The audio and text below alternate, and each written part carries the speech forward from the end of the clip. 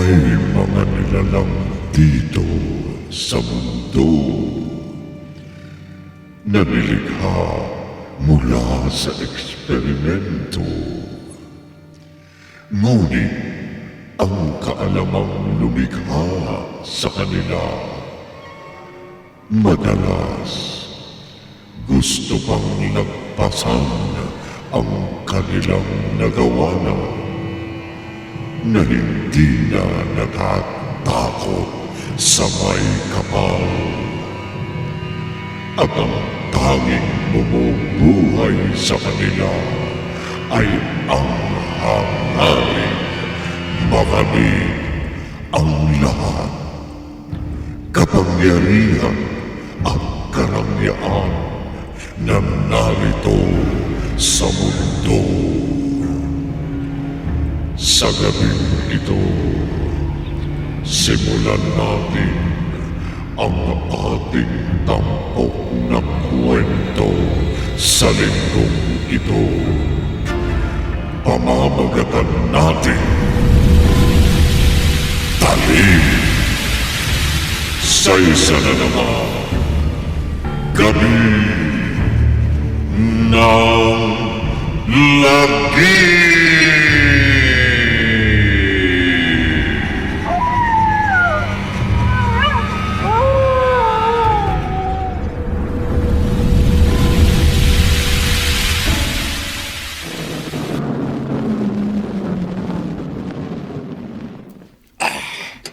Hanggang dito na lang ang service. Hindi ko na pwedeng itawid ang limousine sa border. Sige na pare, bumaba ka na. Teka! Hoy! Pambihira. Oh. Hindi sinara ang pinto. Sara ulo talaga yun. Kailangan ko pa ngayon bumaba nitong limousine para isara ang pinto. Buisit talaga. Oh. Waldo? Sino ka? Bakit kilala mo ako? Hindi mahalaga kung sino ko. Ang mahalaga, tulungan mo si Bea. Sino si Bea? Papatayin nila si Bea. Kailangan iligtas mo siya. Hindi kita kilala. Hindi ko rin kilala si Bea. Bakit ko kayo tutulungan? Waldo, wala nang panahon para magpaliwanag. Heto ang address na tinutuluyan namin ni Bea. Puntahan mo agad kami, pakiusap. Teka, hindi ko nga alam kung sino si Bea at saka luka-lukang babaeng yun, oh. Mabuti pa, bumalik na ako sa pagmamaliho. Kailangan ko lang uminom muli ng gamot.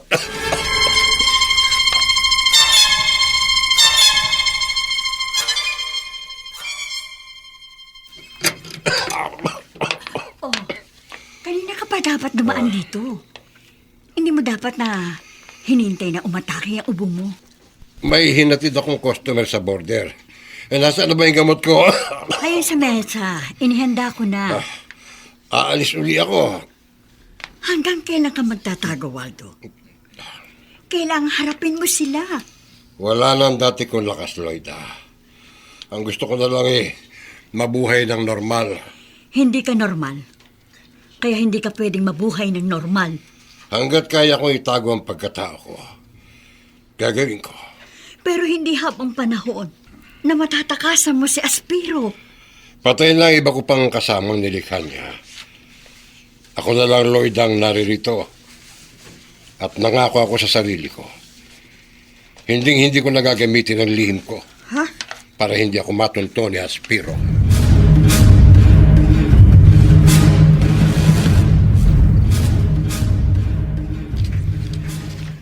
Paano wala? Hindi ako naniniwalang basta na lamang nawala. Sa radar mo ang batang si Bea. Hindi tumitigil ang mga tauhan ko, Doktor. Alam na namin tinangay siya ni Roxanne. At sigurado kaming hindi pa sila nakakalabas ng border nitong bansa. Siguruhin mong mababawi sa kanya si Bea. At kapag natagpuan niyo sila, patayin niyo agad si Roxanne.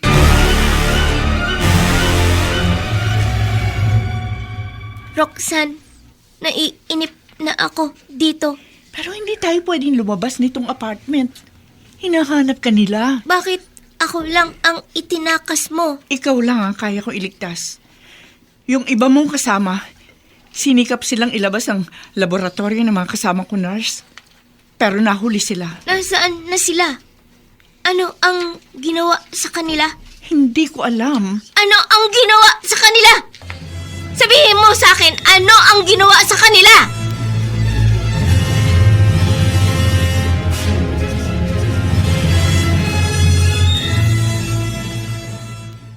Wala rin akong idea kung sino si Bea. Pero takot na takot yung babae. Kailangan ko raw iligtas si Bea. Yung babaeng yun?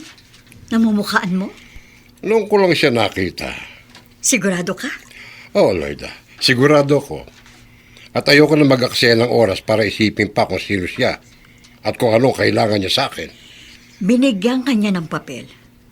Sabi mo may address at numero ng telepono. Oo.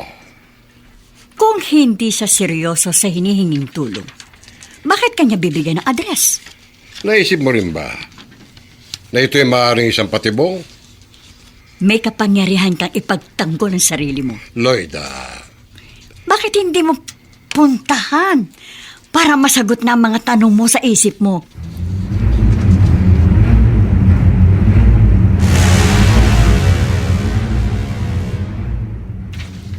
Sagutin mo ako, Roxanne.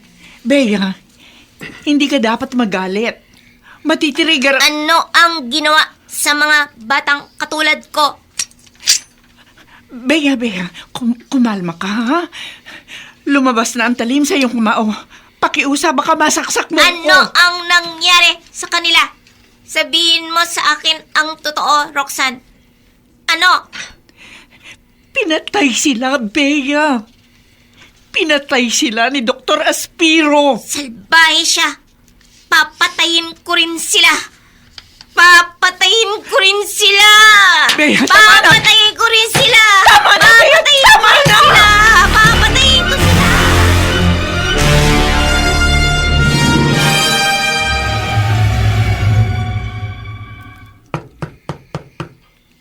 Sandali! Bea, magtago ka sa banyo. May inaasahan kang pupunta May dito. pinupunta ko. Siya makatutulong sa akin para mailabas ka ng border. Pero kailangan masiguro kung siya nga ito. Sige na, magtago ka na sa banyo. Sandali! Sandali lang! sino ka talaga? Bakit mo ako ginugulo? Waldo, salamat naniwala ka. Halika, pumasok ka. Sasabihin ko sa iyo ang lahat. Maupo ka. Hindi na. Sabihin mo na sa akin ang kailangan mo ngayon. Bea, halika. Lumabas ka na dito. Sino siya? Sasama ka sa kanya, Bea. Teka. Bakit mo pa sasamahin sa akin ang batang yan? Magiging ligtas siya sa iyo. Paano mo na siguro? Pareho kayo. Galing siya sa iyo. Buisit! Ginagago mo ba ako? Hindi ko alam kung sino ka eh. Tapos magsasalita ka sa akin ng ganyan? Sino ka man talaga? Roxanne! Buksan mo tong pinto! Roxanne! Alam namin na rin kayo ni Bea! Oh, hindi. Natuntun nila kami. Si Rambo. Pakiusap, Waldo. May bintana dyan sa banyo. Wasakin mo, doon kayo dumaan. Itakas mo si Bea. Paano ka? Tapos na ang tungkulin ko. Dalhin mo ang bag na ito. Sige na. Narito ang lahat ng kailangan mo, Bea. Teka, sandali. Umalis na kayo. Papatayin nila tayo kapag nakapasok si Rambo dito.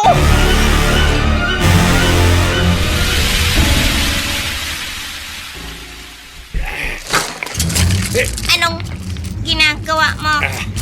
Hindi mo ba nakikita? Sinisira kong dingding na semento para makalabas tayo dito.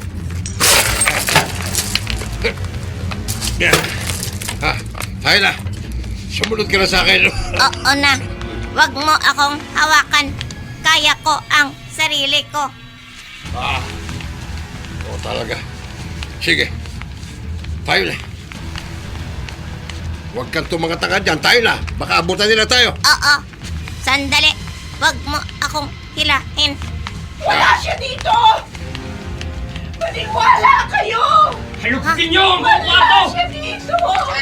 Tayo na! Tutulungan ko si Roxanne! Ang sabi niya, ilayo kita dito. Kaya lalayo na tayo. Bitiwan mo ko! Bitiwan mo Huwag ko! kang matigas ang ulo. Bitiwan mo ko! Delikadong buhay mo.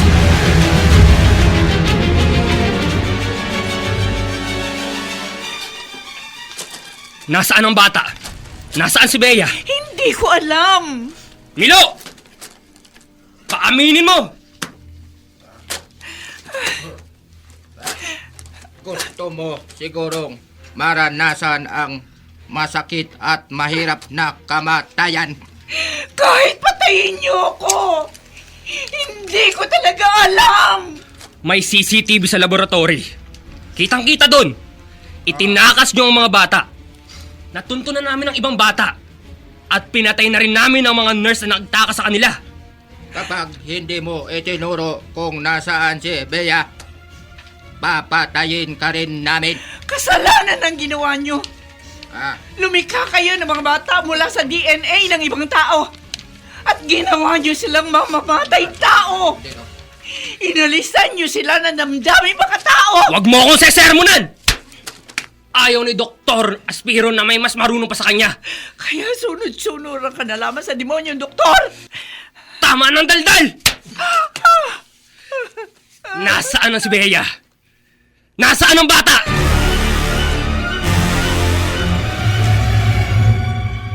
Nasaan na kaya sila? Magdadalawang linggo na ako dito sa bundok ng Paraiso. Ang bilin sa akin ni Roxanne, maghintay ako. Itatakas nila mga bata at dadalhin dito. Dito kung saan hindi kami masasaktan ni Dr. Aspiro. Tandaan mo, Risa. Ang mapang ito ang magtuturo sa iyo patungo sa bundok ng Paraiso. Pag nakarating ka doon, magtayo ka ng bahay tuluyan. Isang bahay na matibay at ligtas. Doon natin ititira ang mga batang nilikha ni Dr. Aspiro. Doon, tuturuan natin sila maging tao at gamitin sa tama ang kapangyarihang kasama ng kanilang pagkakalikha. Opo, Nurse Roxanne. Tatandaan ko po yan. Ikaw ay espesyal, Risa. Nilikha ka na may kaalaman tumahog ng kulog at kidlat. Huwag mo itong gagamitin sa masama. Kung hindi sa pagtatanggol ng naaapi at inaalipin ng masama. Tinulungan niya ako makatakas sa mga kamay ng buhong na si Dr. Aspiro. Hindi ko rin kayo bibiguin, Nurse Roxanne.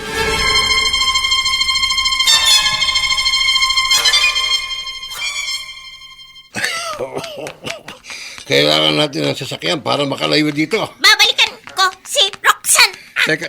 Hoy, teka! Buisit na bata. Kung kailan inaatake ko ng sakit ko, saka pa pinaiira ng tigas na ulo. Kailangan ko siya sundan.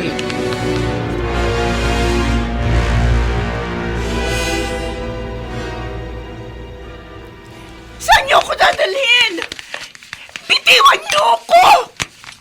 Patayin niyo na lang ako! sumakay ka sa truck. Hindi! Ayoko! Hindi na ako babalik kay Dr. Aspiro! Isakay mo na siya, Milo! Halika rito. Aray! Bitiwan mo ko! Bitiwan niyo siya! Bea! Tamang-tamang dating mo.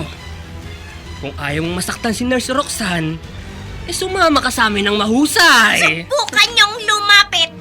Mga bata! Damputin niyo ang buwis na batang yan! Okay, sir. Bilis!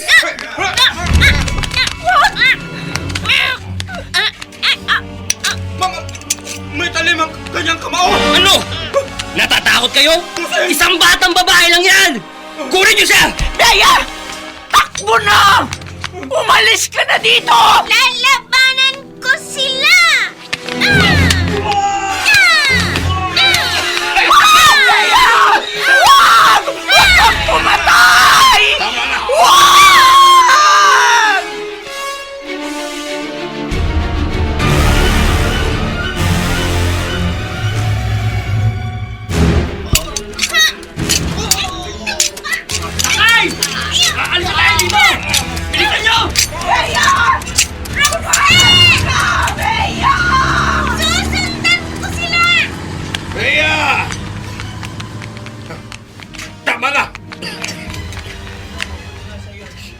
Sino na ang mga taong yun? Ang mga tauhan ni Dr. Aspiro. Si Dr. Aspiro. Parang kilala ko siya. Pero, hindi ko lang maalala kung saan at kung paano. Ang iyong kamao. Huwag kang matakot. Hindi ko gagamitin ang mga ito sa'yo. Hindi ako natatakot. Nagtataka ako. Paanong nagtataka? Tingnan mo ito, Bea. Ayan. Pareho tayo. May talim ka rin sa iyong kamao. Sino kan talaga? At saan ka galing?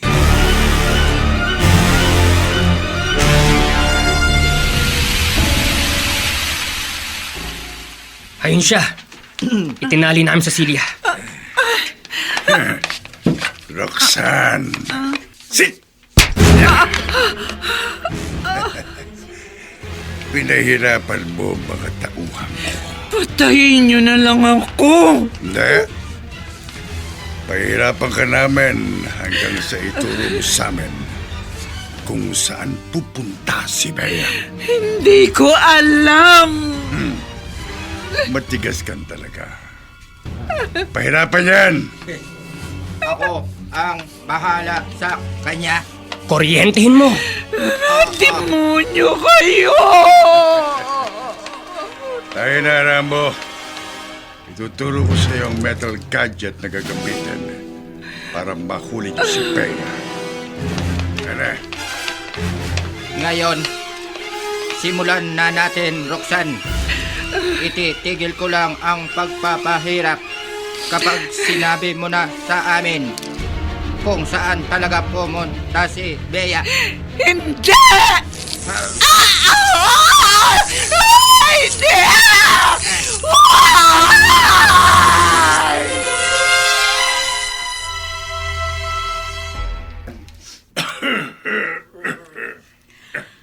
Sinabi ko na sa'yo, Waldo. Huwag mong hintayin umatake ang sakit mo. Baka bigla ka na lamang tumamba kung saan. Alam mo naman, hindi ako pwedeng matamaan ng liwanag ng araw. Paano kita tutulungan? Oh, heto. Inumin mo ang gamot. At ikaw, Bea, huwag kang lalabas. Ipagluluto kita ng pagkain mo. Tiyak, hahanapin ka ng mga taong gustong dumukot sa'yo. At ayokong dito kayo magkagulo. Pag bumalik na ang lakas ni Waldo at nakakain ka na, bibigyan ko kayo ng sasakyan. Lumayo kayo pansamantala.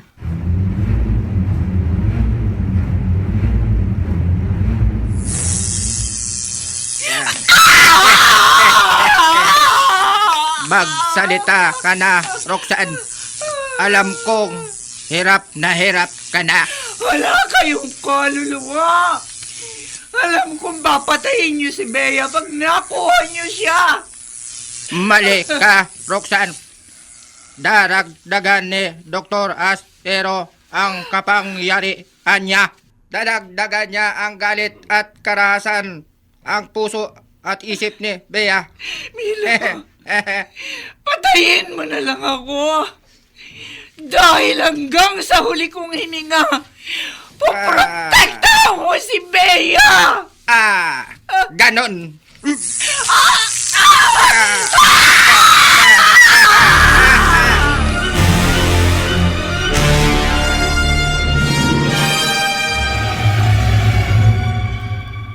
Natapos na naman ang isang araw.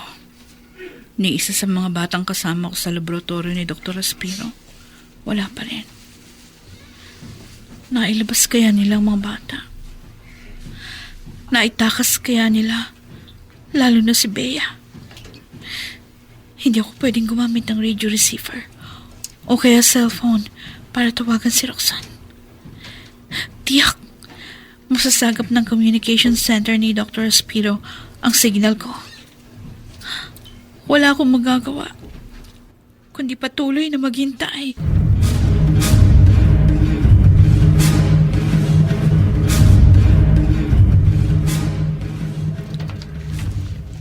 Eto, ang metal brace na ito. Ilalapan niyo agad sa magkabilang kamay ni Bea.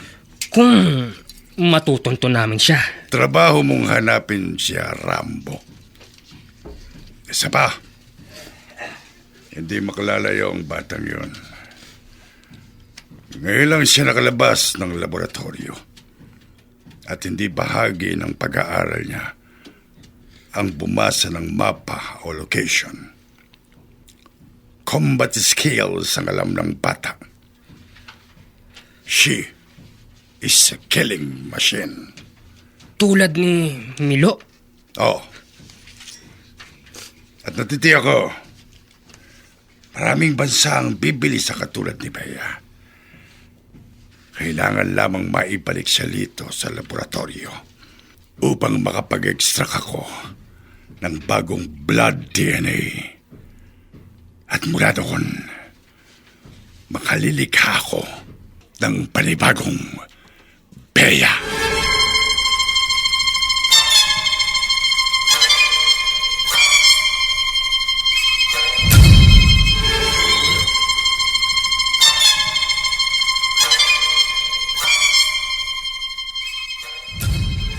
Milo, ano ito?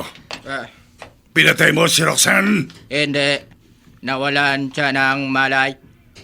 Buhusan ng tubig yan para magkamalay. Ako nang kukuha ng tubig.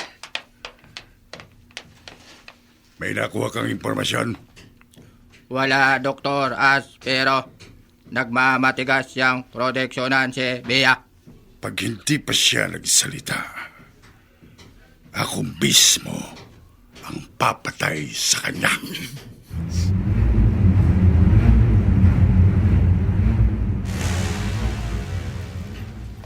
Doktor! Tignan mo to. Insidente ng patayan. Anong dapat kong tignan dyan sa naka-upload sa news channel?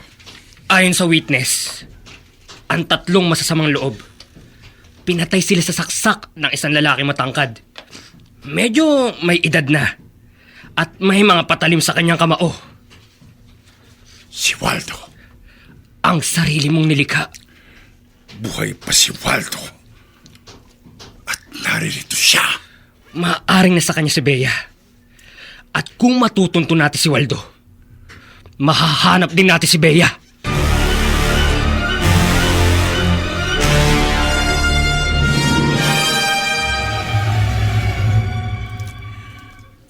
Waldo, okay ka na. Tumigil na ang iyong pag-ubo. At ikaw naman, Bea, bakit hindi mo ibaba yung bag mo? Ano bang meron niya sa backpack mo? Ibaba mo muna yan at tapusin mo ang iyong pagkain, ha? Ha? Mga sasakyan yun! Teka, sasilipin ko. Ha? Waldo! Mga lalaki ang sakay ng dalawang truck. Armado sila. Papunta na dito sa bahay ko. Natitiyak ko, kayong dalawang pakay nila.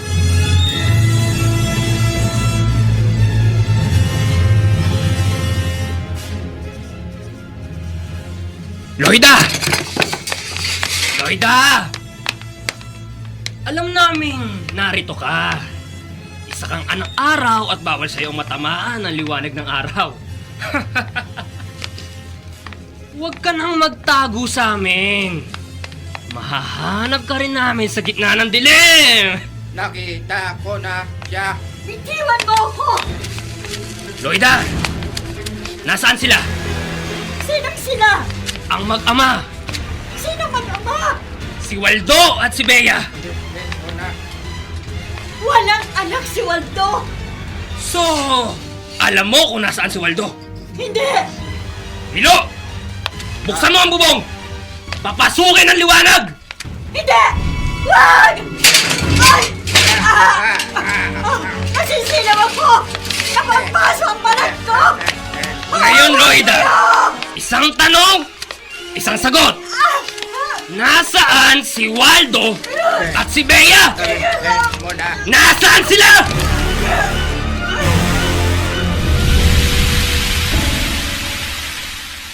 Wag! Awa kayo! Nasisilaw ako!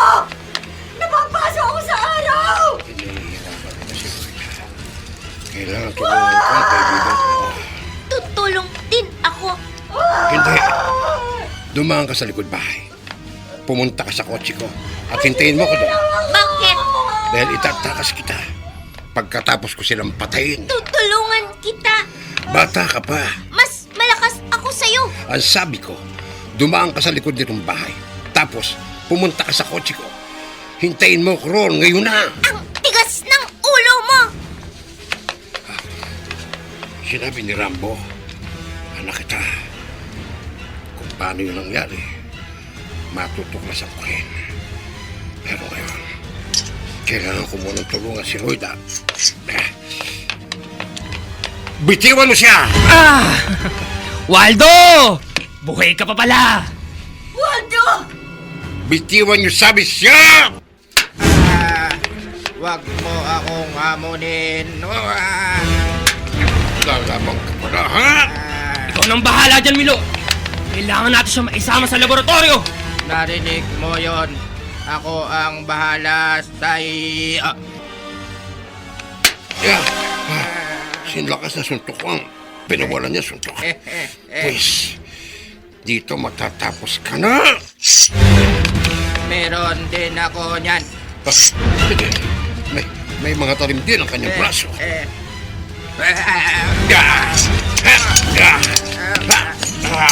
Waldo! Mag-ingat ka! Mas malakas siya sa'yo!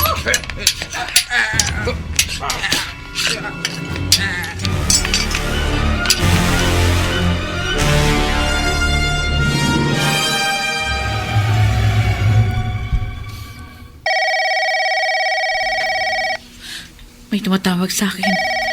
Hindi naman nakaregister yung number dito sa phone. Ang bili ni Roxanne, sagutin ko lang yung tawag kung galing sa kanya. Pero paano kung si Roxanne ito?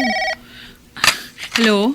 Risa, si Bea ito. Bea, nasan si Nurse Roxanne? Tinukot siya.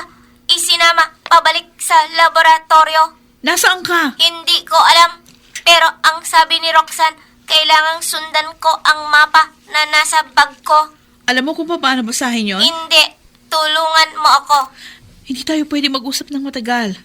Matatrace si Dr. Aspiro yung tawag na ito. May mga lalaking naririto. Hinahanap nila ako, pero nakapagtago ako dito sa kotse. Sino kasama mo? Si Waldo. Sa kanya ako iniwan ni Roxanne. Kausapin ko siya. Hindi pwede. Nakikipaglaban siya.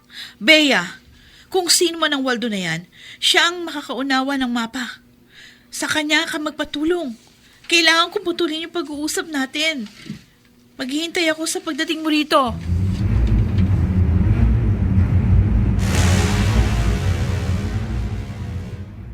Hello? Hello? Risa? Hello? Bea! Nandito ka lang pala sa likod ng kotse? Rambo? Oops! Hindi mo na mapapalabas ang talim sa iyong kamao. May panlaban ako dyan, ho? Heto! Hindi! Natakpan ang mga kamao ko. Anong ginawa mo? Mga bata! Isakay siya sa truck! Babalik na tayo sa laboratorio! Hindi! Halika, bata! Hindi! Ayoko! Waldo! Waldo! Tulungan mo ko! Waldo!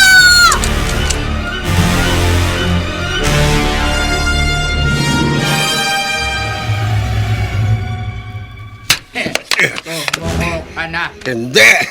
Hindi ako susuko sa'yo! Waldo! Umilag ka! Yan. Yan. Waldo! Tulungan mo ko! Si Bea! Yan ang ikamamatay mo. Milo! Buhatin mo siya! Isasama natin siya! Halika, kawawang koboy. Bubuhatin ka ni Mama. Bitiwan mo nga ako. Waldo! Huwag kang makikialam kung ayaw mong mamatay. Hindi na natin kailangan ng anak araw na yan! Hindi! Mga hayop kayo! Lloyda! Tayo na, kawawang koboy. Lloyda! Lloyda!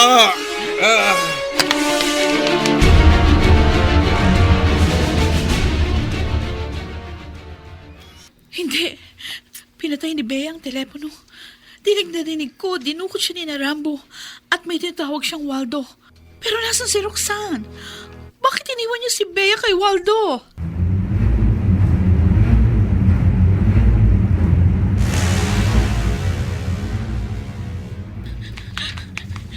Waldo! Waldo! Wala na sila. Sino ka? Hindi rin kita kilala. Ako si Riza. Ginamitan ko ng mental telepathy para mahanap ko ang huling pinuntahan ni Bea. Dito ako tinuro ng isip ko. Tulungan mo sila. May tama ka. May naril ka. Pero nasa panganib din si Bea. Hayaan mo na ako. Sundan mo sila. At tulungan. Hindi sila dapat makarating sa laboratorio. Kidnap at kulong! Ngayon ko kayo kailangan! Lumikha kayo ng bagyo sa daraanan nila!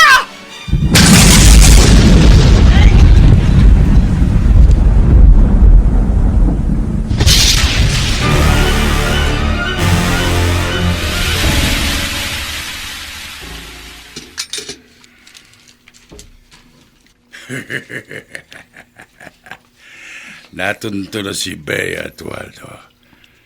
Nasa daan na sila pabalik dito. Demonyo ka, Dr. Aspiro. Talagang demonyo ko. Hindi ako titigil hanggat hindi ako maging hari dito sa mundo. Papatayin ka ni Waldo. Kung matatalo niya si Milo. Ikaw ang lumikha kay Waldo. Nilikha mo siyang matibay. Nagre-regenerate ang kanyang katawan. Kaya ilang beses man siyang masugatan, maghihilom ito agad at muli siyang lalakas. Diyan ka mali, Roxanne. Nabalitaan ko, may naging mali sa pagkalikha ko sa kanya. Kaya nagkakaedad na siya. Bigla siyang tumanda at ngayon sakitin na. Papatayin ka pa rin niya. Kung mapapatay niya muna si Milo. Si Milo, nalilikha kong katulad niya. May taglay na talim at sinlakas ng 10 Waldo.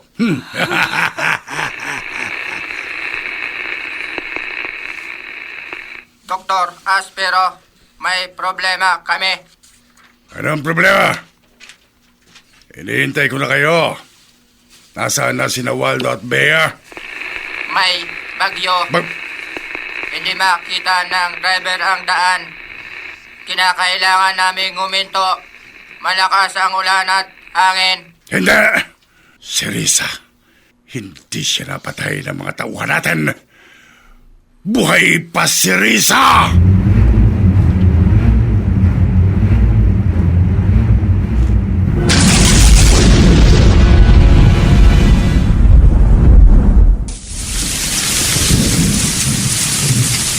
Oo, Doktor.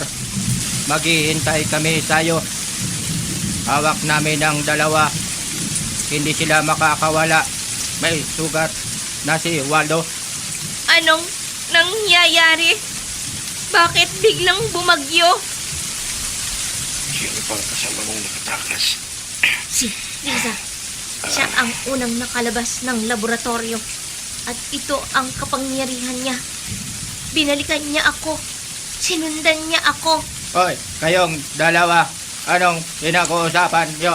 Pag natanggal ko itong itinakip nyo sa mga kamao ko, papatayin kita. Kung matatanggal mo, Waldo, pasalamat ka.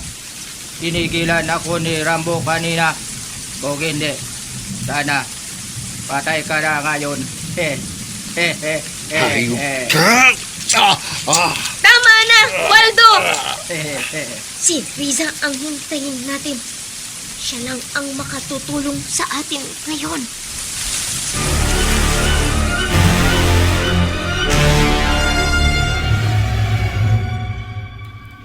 Nakita ko ng maitim na ulap. May bagyo nang nakaharang sa daan nila. Hayaan mong tulungan muna kita. Huwag na. Ako na bahala sa sarili ko. Ha? Susundan mo si Larissa. Mas kailangan ka ni Bea at Waldo.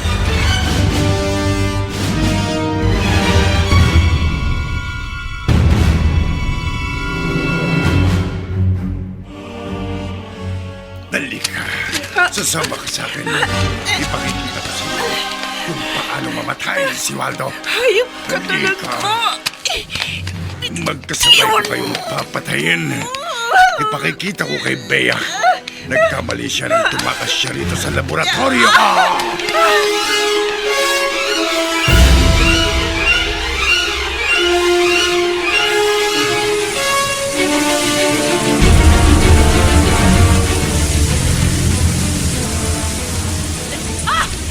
Ulan! Tumigil ka! Hangin at kulog! Magpatuloy ka! Ano sila? Risa, ako ang harapin mo. Pawalan mo si Bea! Pati si Waldo! Bakit ako susunod sa'yo? Si Dr. Aspero lang ang susundin ko. Pawalan mo sila! Kundi, mahihigop kita sa bagyo! Subukan mo. Kulog at kidlat! Eh. Natawag ko kayo! Tapusin niyo ang gagong ito! Hindi ako tinatabla ng kapangyarihan mo. Pwede itong sumalin sa akin. Hindi ako tinataklan ng sarili kong kapangyarihan. Hangin! Ah, Tangayin mo ang demonyong ito! Malayo sa akin! tinatangay ako ng hangin. Hindi.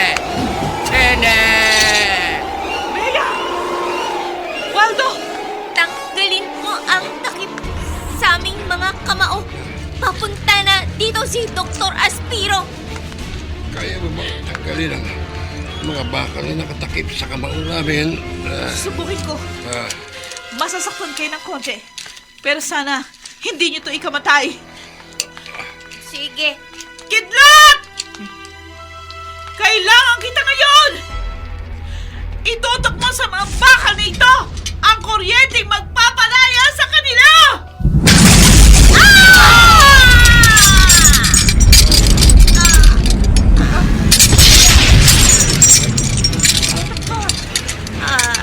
Pero mabilis na naghihilom ang mga braso mo. Pero si Waldo, hindi naghihilom ang mga sugat niya. Sino kang talaga? Bakit pareho tayo ng kapangyarihan?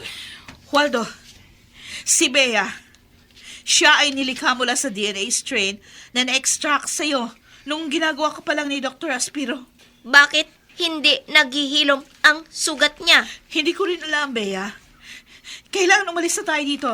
Kung tama ang sinabi mo kanina, na patungo na rito si Dr. Aspiro. Bea! Waldo! Tumakas na kayo! Ayun sila! Huwag ninyong hayaang makalayo! Tayo na, Bea. Nangako ako kay Roxanne. Dadalhin kita sa ligtas na lugar. Hindi! Hindi ako aalis dito na hindi kasama si Waldo!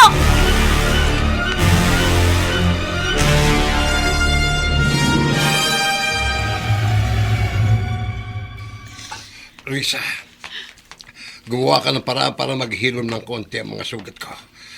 Kailangan ko ng konting lakas para patayin si Dr. Aspiro. Para matapos na ang kanyang kahibangan. Tutulungan kita. Bea, hindi ka dapat mabuhay sa karahasan. Hindi ko rin ito gusto.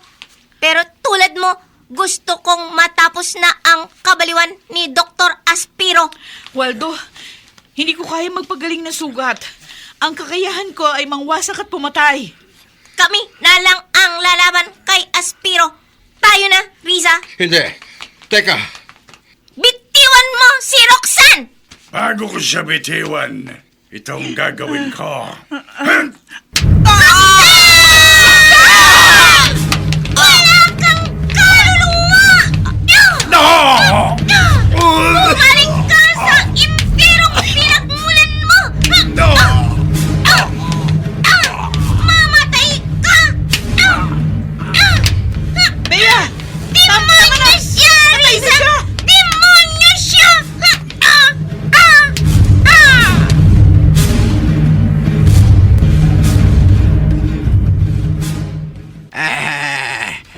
akala ni Riza napatay niya na ako ng ganon kadali. Ikaw, paano ka nakabalik? Kinangailang ako ng hangin, Waldo. Hindi ako pinatay ng hangin at bumalik ako para tapusin ka. Hindi ako papayag na maghali ka dito sa mundo. Kaya ko bang lumaban? Kaya ko pa rin. Hanggang sa huli kong hininga. Lalaban ako. Ako rin. May sugat ka! Ako ang lalaban sa kanya! Huwag kayong makialam. Hilom din ito. Hindi ko hihintayang maghilom yan. Ayun na, Bea! Tulungan natin siya! Ulagan kita! Patamaan niyo siya!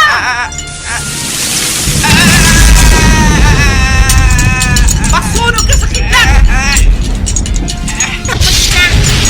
Tapos na silang lahat. Waldo? Itawid mo siya sa bote. Isama mo sa ligtas na lugar. Hindi! Sumama ka sa amin! Ikaw ang aking ama! Hanggang dito na lang ako. Dapat na rin ako mamatay. Marami akong napatay. Nabuhay ako sa karahasan.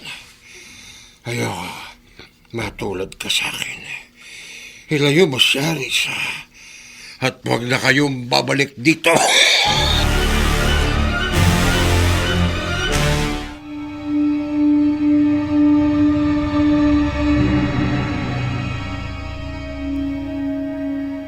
Tandaan mo, kaibigan, ang kasamaan pinapatay din ng sarili nitong kasamaan. Ang kadiliman laging nadadaig ng kabutihan at liwanag.